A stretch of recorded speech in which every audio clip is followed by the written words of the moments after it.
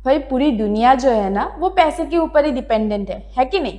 कुछ भी करने के लिए चले जाओ पैसा ही चाहिए, एकदम सुबह से लेकर शाम तक। कुछ भी खरीदना हो, किसी को कुछ भी देना हो, तो हर एक्टिविटी में हमें क्या चाहिए? पैसा चाहिए। और पैसा कहाँ से आएगा? या तो तुम कुछ जॉब करोगे, या फिर सर्विस प्रोवाइड करोगे, या फिर बिजनेस करोगे, है कि नहीं। अगर कॉमर्स में आ चुके हो तो डेफिनेटली बिजनेस माइंडेड ही होगे, है ना। बिजनेस करना तुम्हारा गोल होगा, या फिर एंटरप्रेन्योर बनना होगा तुमको, करेक्ट। तो आज हम शुरू करने वाले हैं आपका क्लास 11 का बीएसटी का पहला चैप्टर, फाउंडेशन ऑफ बिजनेस। तो hello everyone, welcome back to my channel. I'm Shruti and today we are going to discuss about the foundation of business.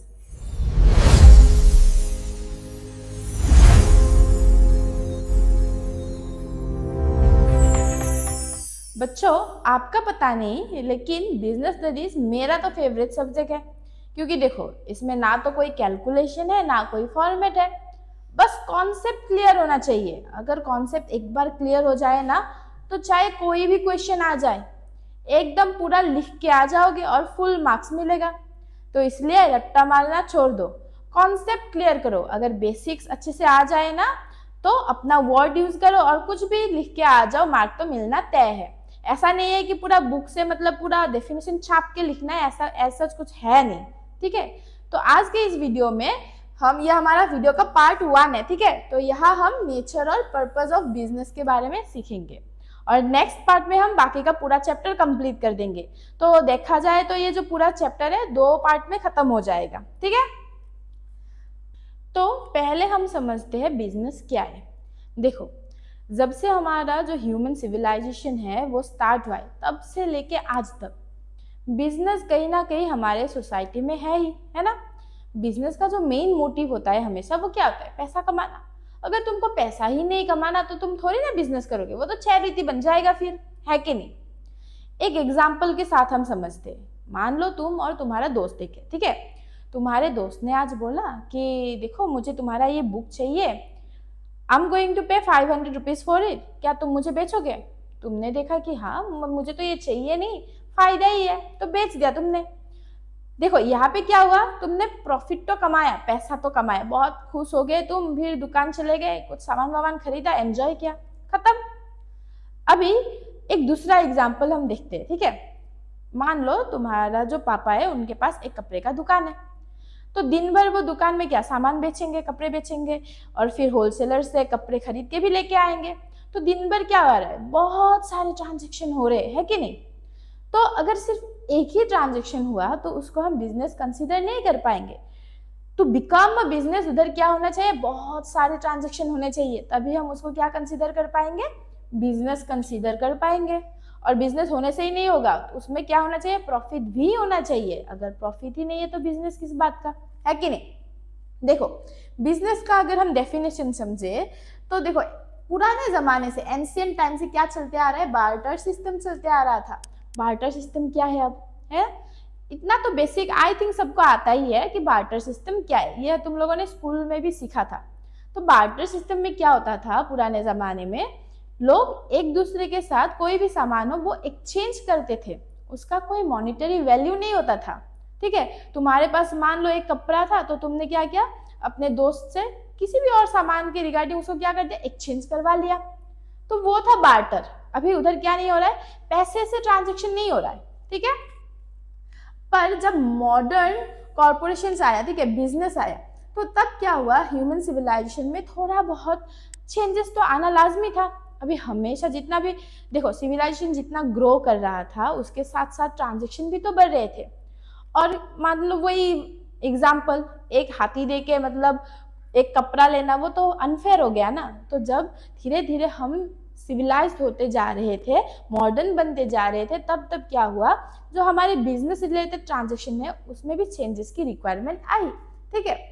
तो यहाँ पे हम क्या सीखेंगे? कॉन्सेप्ट, कैरेक्टरिस्टिक्स एंड ऑब्जेक्टिव्स के बारे में सीखेंगे बिजनेस के, जो क्या करेगा, जो बिजनेस की रिगार्डिंग हमारा बेस है उसको पूरा सॉलिडिफाई कर देगा, ठीक है। बिजनेस का कॉन्सेप्ट क्लियर हुआ। बिजनेस क्यों करते हैं? प्रॉफिट कमाना है। बिजनेस कब होगा? एक ट्रांजेक्शन नहीं, बहुत सारा ट्रांजेक्शन होना चाहिए, तब जाके वो बिजनेस बनेगा।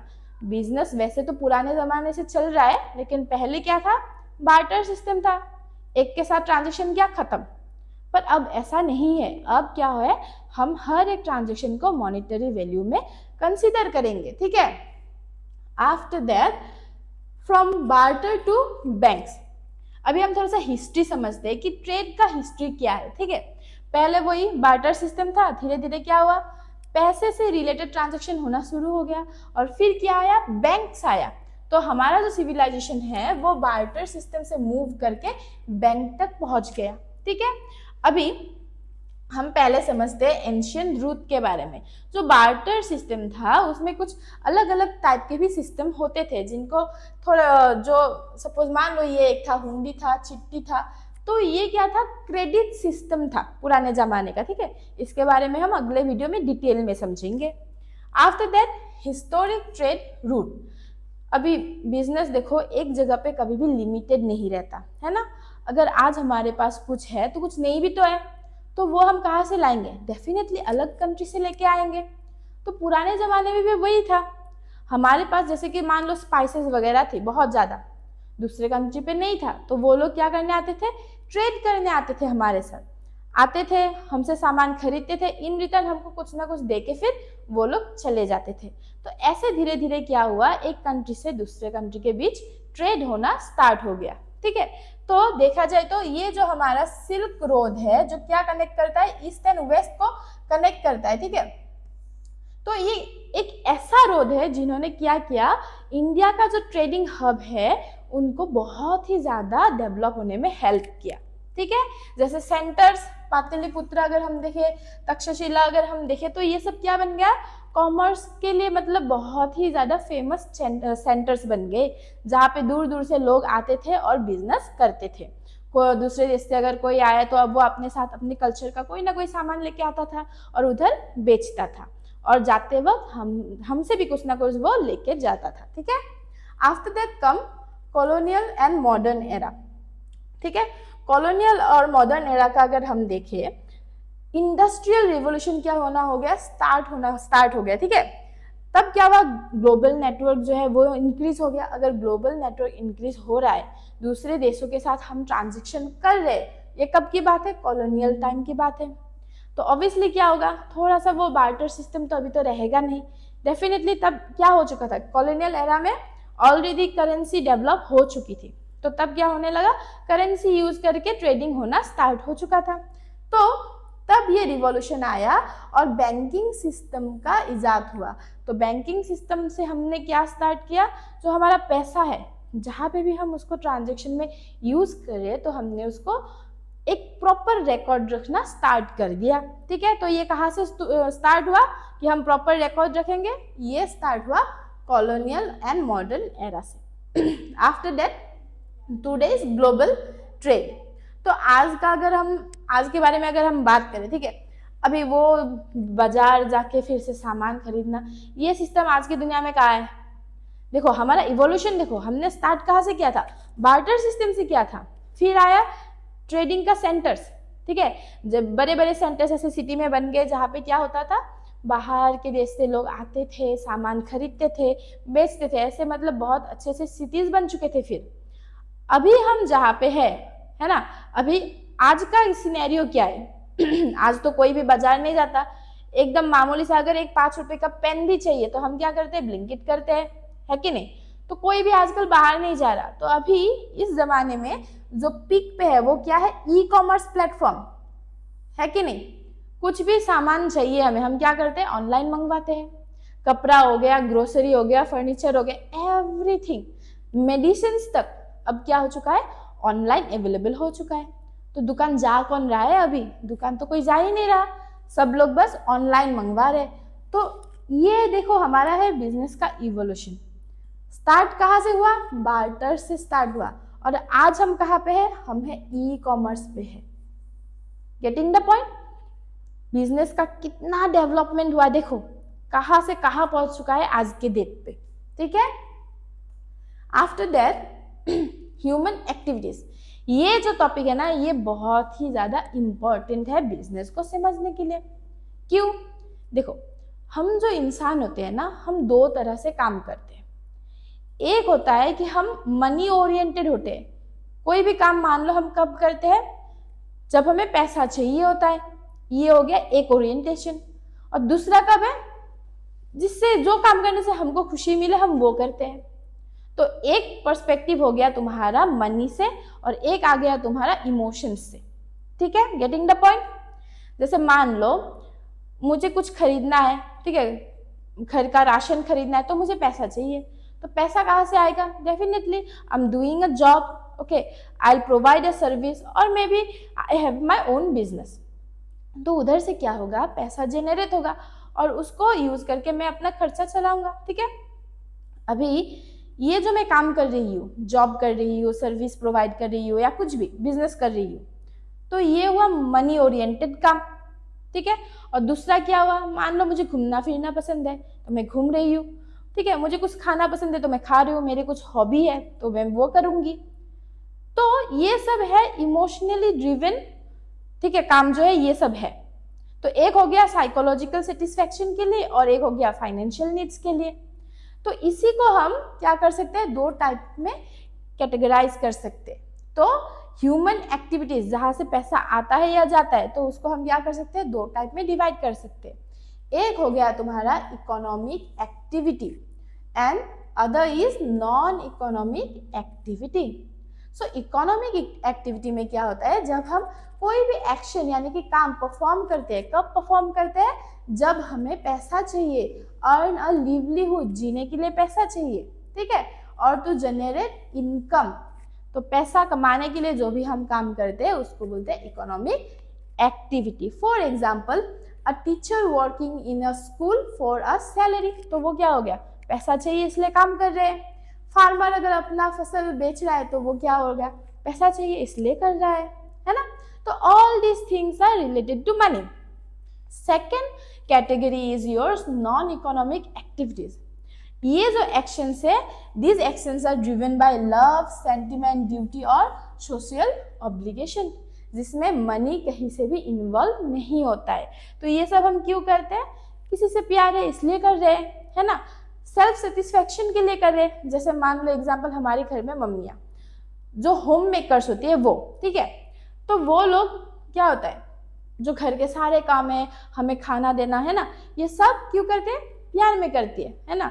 ऐसा नहीं कि उनको इन रिटर्न पैसा चाहिए। करेक्ट, तो ये सारे हो गए नॉन इकोनॉमिक एक्टिविटीज। जैसे यहाँ पे मैंने एग्जांपल लिख के रखा है, a parent cooking meals for their family. तो फैमिली में अगर हमारे जो पेरेंट है वो हमारे लिए कुछ भी काम कर रहे हैं, तो वो आके नहीं बोलेंगे बेटा पैसा निकालो तभी मैं करूंगी, ऐसा तो होता नहीं है ना। Next, volunteering at an NGO on weekends. अगर तुम कहीं पे भी एनजीओ में कोई वॉलंटियर कर रहे हो, कोई भी चैरिटी वर्क करने के लिए, तो उसमें तो तुम पैसा नहीं मांगोगे किसी से। तो ये हो गया नॉन इकोनॉमिक एक्टिविटीज। क्लियर, समझ में आ गया।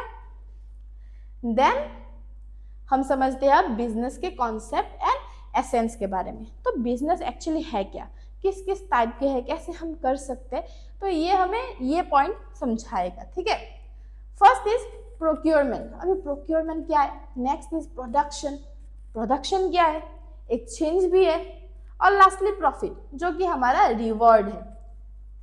क्लियर, देखो प्रोक्योरमेंट क्या होता है, जैसे दो तीन टाइप के बिजनेसेस होते हैं। मान लो मैं, मेरी एक और दोस्त, हम दोनों ने बिजनेस स्टार्ट किया, ठीक है, उसका अलग बिजनेस है, मेरा अलग बिजनेस है। ठीक है, तो मेरा जो बिजनेस है वो मैं करती हूँ एज अ प्रोडक्शन यूनिट। तो मान लो मेरा एक बेकरी है, ठीक है, ये बेकरी जो हमारा बेकरी शॉप वगैरह होता है वो, तो मेरे दोस्त के पास ये बेकरी का शॉप है, लेकिन मेरे पास नहीं है। मेरे पास क्या है, उसका फैक्ट्री है।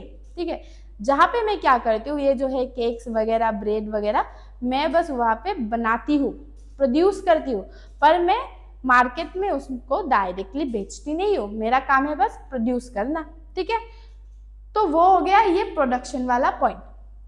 अभी मेरी जो दोस्त थी जिसके पास ये बेकरी का शॉप है, तो वो क्या करती है, मुझसे सामान ले जाके, वो ब्रेड केक्स वगैरह ले जाके दुकान में बहुत अच्छे से डिस्प्ले में सजाती है और सजा के फिर कस्टमर्स को सेल करती है। अभी उसका जो काम है वो है सेल करना, वो सेल कर रही है, लेकिन क्या वो प्रोड्यूस कर रही है, नहीं, वो डायरेक्टली मुझसे खरीद के लेके जा रही है और इधर लेके जाके अपनी दुकान पे सेल कर रही है, ठीक है।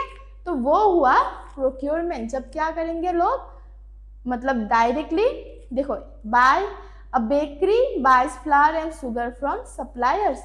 जब क्या करेंगे वो लोग, खरीदेंगे, डायरेक्टली खरीदेंगे। वो लोग ये जो रॉ मटेरियल्स वगैरह हो गया वो कहीं से भी मतलब क्या नहीं करेंगे, खुद नहीं बनाएंगे, वो खरीद के लाएंगे, ठीक है। प्रोडक्शन क्या हो गया, जो बनाते हैं, जैसे मैं बनाती हूँ, क्लियर।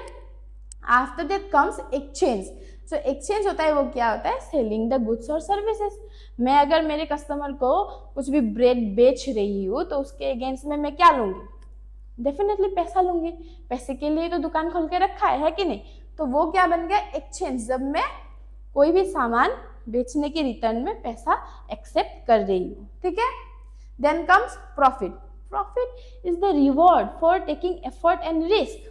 और हम प्रॉफिट के लिए तो बिजनेस चला रहे हैं, है ना। इतना जो रिस्क उठाया है, इतना पैसा इन्वेस्ट किया है, इतना एफर्ट्स डाला, इतना मेहनत कर रहे हैं, तो at the end of the day what we need money, and profit is the benefit or reward that we get after taking the risk.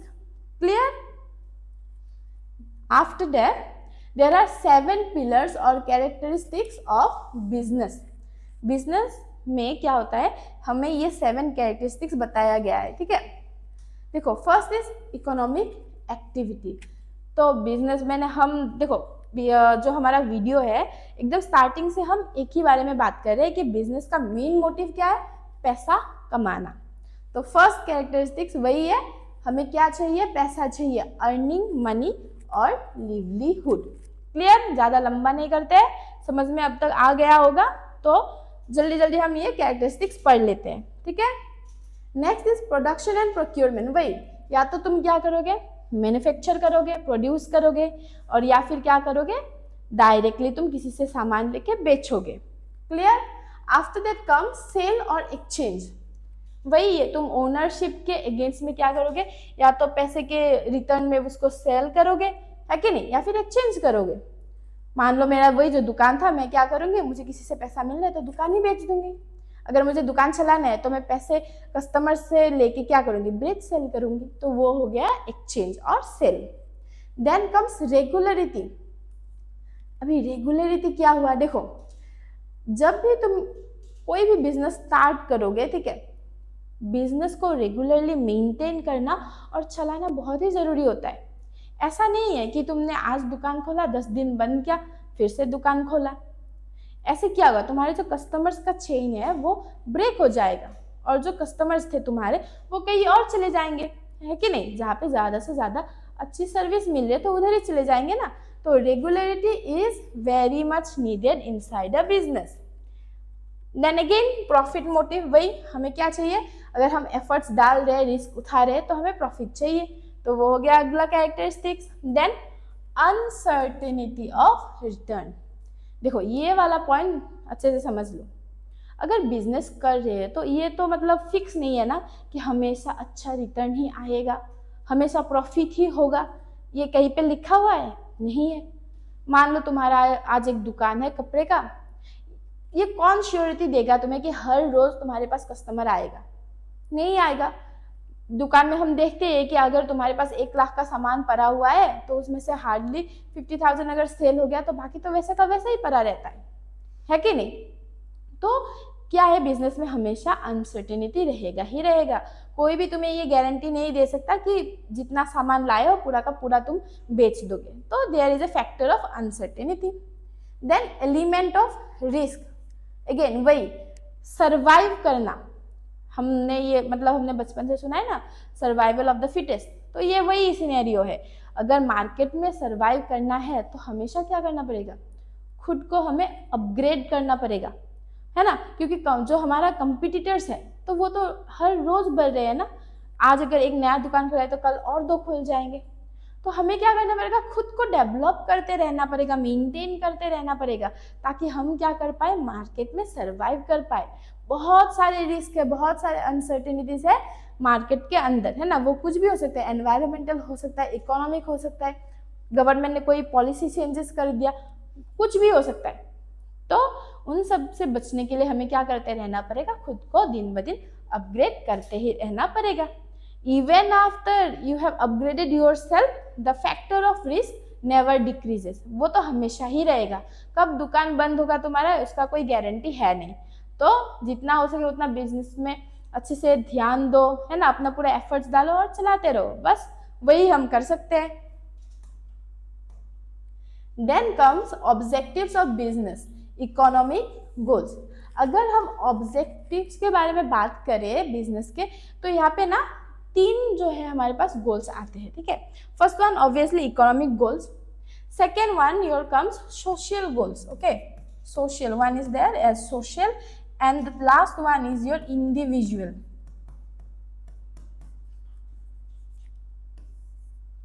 The first one is economic, second one is your social goals, then comes individual goals. Clear? So let's study about the economic goal first. तो ये क्या है देखो, every business must first ensure its economic survival before it contribute to society. तो इसका क्या मतलब हुआ कि तुम देखो हर किसी का जो है ना वो मन करता है कि हम सोसाइटी को कुछ ना कुछ इन रिटर्न दे दे, पर अगर तुम एक बिजनेस चला रहे हो तो सोसाइटी को रिटर्न देने से पहले तुमको ये एंश्योर करना पड़ेगा कि तुम खुद सर्वाइव कर भी पा रहे हो या नहीं। सर्वाइव करोगे तभी तो कुछ ना कुछ रिटर्न दोगे, अगर सर्वाइव ही नहीं कर पाए तो कहाँ से दोगे, है कि नहीं। तो first is survival, then comes profit. जो हम किसी भी बिजनेस के बारे में अगर बात करें, ठीक है, जो प्रॉफिट है उसको हम लाइफ ब्लड बोलते हैं। प्रॉफिट क्या है, एक बिजनेस को जिंदा रखता है, ठीक है। जिंदा अगर तुम रहोगे तभी तो क्या कर पाओगे, अपने बिजनेस को ग्रो कर पाओगे, एक्सपेंड कर पाओगे, है ना। तो second is profit, then comes growth. अभी growth is very much needed. ऐसा नहीं है कि तुम्हारे पास आज एक दुकान है और तुम उसी में लिमिटेड रह जाओ, ठीक है। तुम्हारा मेन मोटिव क्या होना चाहिए कि मैं कैसे अपना बिजनेस ग्रो करूं और उसको एक्सपेंड करूं। आज अगर एक दुकान मेरे पास है तो 1 साल बाद मेरे पास कितना होना चाहिए, मिनिमम 3 से 4 तो होना ही चाहिए। ये तुम्हारा क्या होना चाहिए, हमेशा टारगेट होना चाहिए। तो expansion is very much needed in business, तभी तो क्या होगा, ज़्यादा से ज़्यादा एफर्ट्स डालोगे, प्रॉफिट अर्न करने के लिए उसी तरफ क्या करोगे, फोकस करोगे, है ना। Then comes our social goals. तो बिजनेस जो होता है ना वो क्या है, हमेशा हमारे सोसाइटी का पार्ट हम कंसीडर करते हैं। तो एक बिजनेस का सोसाइटी की तरफ भी कुछ ना कुछ रेस्पॉन्सिबिलिटी होता ही होता है ना। जैसे कि first one is ethical practices. Her business को ये इंश्योर करना चाहिए कि वो लोग क्या करें, एथिकली बिजनेस को रन कर रहे हैं, ठीक है। जैसे कि maintaining fair trade, honest pricing, transparency, okay, no adulteration, no misleading advertisement and all. पर क्या आज की दुनिया में कोई भी ये फॉलो कर रहा है? बिल्कुल नहीं। कौन ही फॉलो करेगा, है ना। बस पैसा कमाने से मतलब है। यहाँ पे देखो क्या लिखा हुआ है, ट्रांसपेरेंसी, ऑनेस्ट प्राइसिंग। कौन कर रहा है ऑनेस्ट प्राइसिंग? कोई नहीं। जितना हो सके उतना कस्टमर के ऊपर थोप दो। ट्रांसपेरेंसी किधर है? कुछ भी केमिकल मिलाएंगे क्या पैकेट में लिखेंगे क्या है? नहीं है। ट्रांसपेरेंटली कोई भी नहीं लिखता है। मिसलीडिंग एडवर्टाइजमेंट, कोल्ड ड्रिंक बेचेंगे, बोलेंगे ये क्या है, फ्रूट जूस है, लेकिन उसमें क्या है हम जानते ही, उसमें आधा मोर देन 50% क्या है, शुगर है। तो मिसलीडिंग एडवर्टाइजमेंट हर जगह पे बस वही चल रहा है। तो ये नाम के एथिकल प्रैक्टिसेस है जो कोई नहीं फॉलो करता, लेकिन क्या करे, सिलेबस में है तो पढ़ना ही पड़ेगा, है ना। Next is quality goods and services. अगर लॉन्ग रन के लिए बिजनेस में मतलब टिके रहना है तो क्या होना चाहिए, देखो हमेशा जो भी तुम गुड्स या सर्विसेज प्रोवाइड कर रहे हो वो एकदम टॉप नॉच लेवल का होना चाहिए, ठीक है। मान लो तुम्हारा एक सलोन है, ठीक है, तो सलोन में अगर तुम अच्छा सर्विस प्रोवाइड करोगे तभी जाके क्या होगा, कस्टमर जो है वो तुम्हारे रेगुलर कस्टमर्स बन जाएंगे, है ना, दूसरे सलोन पे नहीं जाएंगे। तो ये किसके ऊपर डिपेंड कर रहा है, तुम्हारे ऊपर डिपेंड कर रहा है कि तुम कितना अच्छा सर्विस दे पा रहे हो। Clear. Then comes employment generation. तो सोसाइटी की तरफ हर एक बिजनेस का ये भी रेस्पॉन्सिबिलिटी होता है कि तुम अगर बिजनेस स्टार्ट कर रहे हो तो तुम क्या करो, सोसाइटी में 1 या 2 तो तुम भी एम्प्लॉयमेंट जनरेट कर ही दो। मान लो मैंने आज एक दुकान खोला कपड़े का, अभी मुझे दुकान जो है थोड़ा थोड़ा ग्रो कर रहा है, तो अभी मुझे एम्प्लॉयज़ की ज़रूरत है, तो 2-3 मैंने एम्प्लॉयज़ रख लिया। तो उससे क्या हुआ, सोसाइटी में 2-3 तो एटलीस्ट वैकेंसी निकला ना, एम्प्लॉयमेंट बढ़ गया। Next comes environmental responsibility. ये जो अभी टॉपिक्स है ना, ये मजाक बन चुके हैं क्योंकि कोई तो फॉलो करता है नहीं। लास्ट वाला क्या है देखो, environmental responsibility, adopting green manufacturing, reducing emissions, okay, managing waste, responsibility to protect the community and planet. कौन फॉलो कर रहा है ये, बता सकते हो कौन फॉलो कर रहा है? कोई नहीं। लेकिन एज एथिकल पर्सन हमें क्या करना पड़ता है हमेशा, ये जो सारे रेस्पॉन्सिबिलिटीज है वी शुड फॉलो एक्चुअली, पर कोई करता नहीं है। कौन ग्रीन मैन्युफैक्चरिंग यहाँ पे अडॉप्ट कर रहा है? एटलीस्ट हमारे कंट्री में तो नहीं हो रहा है, कहीं पे हो रहा है तो बता देना। नेक्स्ट क्या है, मैनेजिंग वेस्ट। कौन कर रहा है वेस्ट मैनेजमेंट? कोई नहीं, सीधा जो भी नदी है उसमें दम कर दो, है ना। सिटीज का तो हालत पता ही है, एयर क्वालिटी का कंडीशन क्या है सबको पता है। तो ये सारे जो रेस्पॉन्सिबिलिटीज है ये कोई नहीं फॉलो कर रहा है। सिलेबस में है तो याद रख लेते हैं, है कि नहीं, क्योंकि हमें तो एग्जाम में लिखना होगा। बट मैं एक चीज आप लोगों को बताना चाहती हूँ, अगर इन फ्यूचर आप लोग कभी भी कोई भी अगर सक्सेसफुल बिजनेसमैन बन जाओ या फिर एंटरप्रेन्योर बन जाओ, तो at least try to follow this responsibility, क्योंकि आप लोग देखो इस कंट्री का फ्यूचर हो, है ना। अगर फ्यूचर ही ये सब फॉलो नहीं करेगा तो कंट्री आगे कैसे बढ़ेगा, हमारा इकोनॉमिक ग्रोथ कैसे होगा। तो at least when you become successful one, try to pay the society in certain ways, okay. Then comes individual goal. जो हमने अभी बताया था इंडिविजुअल गोल होता है, जैसे कि एम्प्लॉय वेलफेयर होता है एक, और एक होता है टैलेंट रिकॉग्निशन एंड ग्रोथ।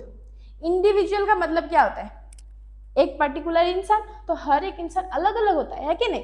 तो हर एक इंसान का अपना एक टैलेंट होता है, तो हर एक बिजनेस का ये रेस्पॉन्सिबिलिटी है कि वो लोग क्या करें, एक इंडिविजुअल का जो भी टैलेंट वगैरह है वो पहचाने। अगर वो लोग बहुत ही ज़्यादा कंपनी की तरफ लॉयल है तो उसको हम क्या करें, रिवॉर्ड दे, है ना। तो एम्प्लॉय वेलफेयर हमारा फर्स्ट टॉपिक है, जो है कि हम हर एक एम्प्लॉय को फेयर वेजेस दें, जितना उन लोगों का काम है उस हिसाब से हम उनको क्या दें, पेमेंट दें। सेफ वर्किंग कंडीशन, ताकि कोई भी एक्सीडेंट वगैरह ना हो, लोग मेंटली भी सेटिस्फाई रह सके, तो ऐसा हमें environment as a business owner provide करना चाहिए। टाइमली पेमेंट करना बहुत ज़रूरी है, क्योंकि टाइमली अगर पेमेंट नहीं आएगा तो एम्प्लॉय काम ही क्यों करेगा आपके अंदर, है कि नहीं। And access to benefits like health insurance and provident fund. तो आजकल अगर हम देखें मोस्टली हर एक बिजनेस के अंदर, कंपनीज के अंदर provident fund and health insurance compulsory हो चुका है, ठीक है। तो वो कोई भी बिजनेस ओनर आजकल तो प्रोवाइड करता ही है। अब इधर एग्जाम्पल लिखा हुआ है बच्चों, एक बार पढ़ लेना, समझ में आ जाएगा, ठीक है। Next is talent recognition and growth. तो ये क्या करता है, देखो अगर कोई भी एम्प्लॉय के पास कोई भी पर्टिकुलर अगर स्किल है तो कंपनी को क्या करना चाहिए, उनको मोटिवेट करना चाहिए, एनकरेज करना चाहिए, और उस स्किल के ऊपर डिपेंड करके उनको प्रोमोट करना चाहिए, ठीक है, ताकि वो क्या हो सके, और ज़्यादा मोटिवेट हो सके और ज़्यादा हार्ड वर्क करे बिजनेस के टुवर्ड्स, है कि नहीं। तो उनको क्या करना चाहिए, प्रोमोट करना चाहिए, ताकि वो लोग एनकरेज हो जाए। और उनके लिए क्या करना चाहिए, हमें ट्रेनिंग एंड अपस्किलिंग प्रोग्राम्स रखने चाहिए, क्योंकि देखो आजकल के दुनिया में खुद को अपग्रेड करना बहुत ही ज़्यादा ज़रूरी है ना। तो अपस्किलिंग प्रोग्राम्स तो चाहिए ही। Next, performance based incentives. अगर कोई एक एम्प्लॉई बहुत ही अच्छी तरह से अपना ड्यूटी कर रहा है तो क्या करना चाहिए, उसका जो परफॉर्मेंस है उसको हमें एनालाइज करके उस बेसिस के ऊपर उनको इंसेंटिव प्रोवाइड करना चाहिए, तभी तो वो फिर से मोटिवेट होंगे और अगले साल के लिए और अच्छे से काम करेंगे, है कि नहीं। और फिर होना चाहिए करियर एडवांसमेंट अपॉर्चुनिटीज। अगर वही बहुत सालों से मतलब एक कंपनी में एक ही पोजीशन में कोई इंसान काम करता रहेगा ना, तो बहुत टाइम बाद क्या हो जाएगा, इंसान फ्रस्ट्रेटेड हो जाएगा। तो टाइम टू टाइम हमें क्या करना चाहिए, एज ए बिजनेस ओनर उनको मोटिवेट करना चाहिए अपने करियर में, ताकि वो लोग ग्रो कर पाए। तो उनको भी थोड़ा सा प्रमोशन वगैरह दे देना चाहिए, तभी तो अच्छे से काम करेंगे, है कि नहीं। एज ए बिजनेसमैन अगर देखें हम, तो हमारा काम ही है कि जितना हो सके उतना हमारा जो ह्यूमन रिसोर्स है हम उनको यूज करें, है कि नहीं। फिर ज़्यादा से ज़्यादा प्रॉफिट कमाएं। अगर हम प्रॉफिट कमा रहे हैं तो उनको भी तो थोड़ा सा मोटिवेट करें, थोड़ा सा उनको भी रिवॉर्ड दे दे, है कि नहीं। देन यहाँ पे एक क्विक मैंने एक केस स्टडी दे दिया है, ठीक है। तो इसको हम क्विकली सॉल्व करते हैं, एक बार क्विकली डिस्कस कर लेते हैं। तो एक कंसीडर करो कि हमारे पास एक स्मार्टफोन मैन्युफैक्चरर है, ठीक है। अभी ये जो 3 टाइप का अगर अब हम देखें ऑब्जेक्टिव है, इकोनॉमिक, सोशल और इंडिविजुअल, तो aiming for healthy profit margins on every headset sold, reinvesting profits into R&D for the next model and expanding to new markets। तो क्या बताया गया है, देखो अगर आज हमारे पास एक स्मार्टफोन का मैन्युफैक्चरिंग यूनिट है तो हमारा इकोनॉमिक ऑब्जेक्टिव क्या होगा कि हर एक मोबाइल फोन को हम ऐसे प्रॉफिट मार्जिन पे बेचें ताकि हम वो जो प्रॉफिट आएगा उसको नेक्स्ट मॉडल पे अच्छे से इन्वेस्ट कर पाए और उसको क्या कर पाए, एक्सपेंड कर पाए। सोशल ऑब्जेक्टिव क्या होगा कि हम जो ई वेस्ट आएगा उसको हम रिसाइकल करें और इंश्योर करें कि वो जो मिनरल्स वगैरह है ना वो सोसाइटी को कहीं से भी डिस्टर्ब ना करे। Next is individual objective. Individual objective क्या होगा कि हम हमारे जो एम्प्लॉयज है उनको क्या करें, कंटिन्यूअसली ट्रेन करें, उनको बेनिफिट्स दें, उनका करियर ग्रो हो रहा है या नहीं उसके ऊपर भी हम थोड़ा सा फोकस डालें। ठीक है बच्चों, समझ में आ गया। आई होप आप लोगों को आज हमने जितना भी ये किया बिजनेस के रिगार्डिंग, हमने जितना भी पढ़ाई किया अच्छे से समझ में आ गया होगा। देखा जाए तो मैंने बताया है कि बिजनेस जो है बहुत ज़्यादा मुश्किल कॉन्सेप्ट तो है नहीं, थोड़ा सा अगर बेसिक क्लियर हो जाएगा तो आराम से लिख लोगे। तो इसी के साथ हम आज का ये वीडियो फिनिश करते हैं। कल फिर से मिलेंगे इसके सेकंड पार्ट में जहां हम ये फर्स्ट चैप्टर पूरा कंप्लीट करने वाले हैं। आई होप आप लोगों को आज का ये वीडियो अच्छा लगा होगा। तो मिलते हैं अगले वीडियो के साथ, तब तक के लिए कीप लर्निंग, कीप जर्नलिफाइंग।